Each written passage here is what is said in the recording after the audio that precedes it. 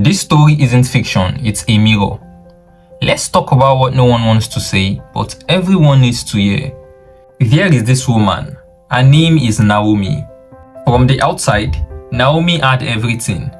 A luxury childhood, a famous surname, and even a reputation so polished you could see your reflection in it. By 28, she was already the head of a major design company her mother built from scratch. Award-winning, Forbes featured. People said she was one of the most inspiring young minds in Africa. Oh, but if you asked Naomi how she felt when the lights went off, she would have told you the truth. I feel like I'm faking it.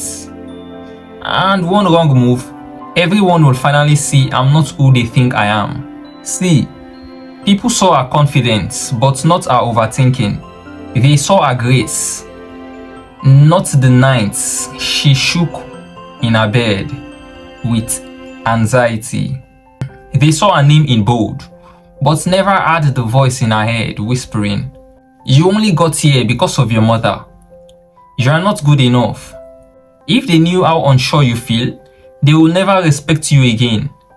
Naomi's parents didn't raise her to be soft. They raised her to win. From age 5, she was enrolled in elite programs.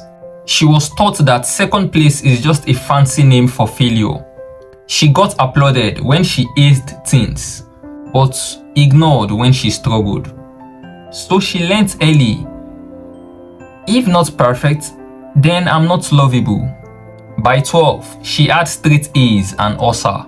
By 16, she smiled on red carpets and cried in therapy. And by 22, she was celebrated globally and internationally. Exhausted, but she couldn't stop. Because if she stopped, they will say, she cracked, she couldn't handle it. All this wealth and she still failed? Time passed and Naomi started questioning her worth silently. In boardrooms, she will present brilliant strategies, but still replayed what one executive said. "You are only here because you are your mother's daughter." When she won an international deal, she went to the bathroom and stared at her own reflection for 10 minutes, not celebrating, but doubting.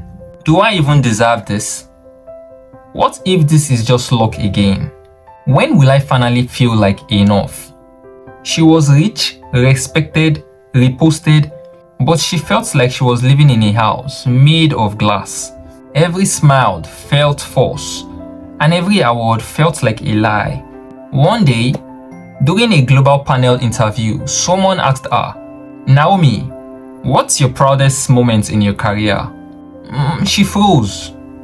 Not because she didn't have an answer, but because all of this didn't feel like hers. She smiled, gave a practice response, and got off the call. But that night, she said in the dark, and finally said out loud, "I don't want to live like this anymore." Not another day of performing perfection. Not another day of being celebrated but never seen. Oh, and that was the beginning of Naomi's success. She paused, took a break from the business, started journaling, not for content, but for clarity. She read books about worthiness, healing, and emotional intelligence. She stopped following the noise around her and started following her soul. She even hired a coach, not to scale her company, but to scale herself. For the first time, she started sharing stories about her that weren't shiny. She told a group of young women at a private talk, "I used to think that success would finally make me feel safe, but it didn't. Rather, it gave me better clothes to hide in. What healed me was finally allowing myself to be seen without the mask." Naomi came back not with more awards, but with authenticity. She changed how her company operated, created mental health policies, and rewrote the expectations she once broke under. Oh, and guess what? She didn't lose respect.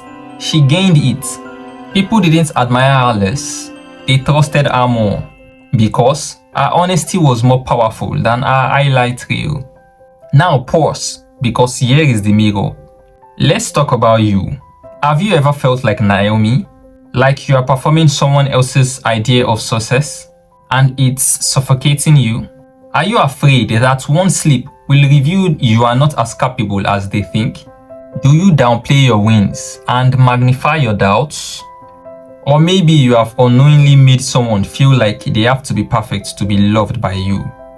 See, imposter syndrome doesn't just live in the poor or the struggling. It lives anywhere people feel unseen, including the rich. And until you face it, no amount of applause will ever feel like enough. If this story made you pause, then maybe it's time to talk to yourself. We just came to the end of this video, and I'll urge that you subscribe, follow, like this video, comment your opinion, share this video to who you feel needs to hear it.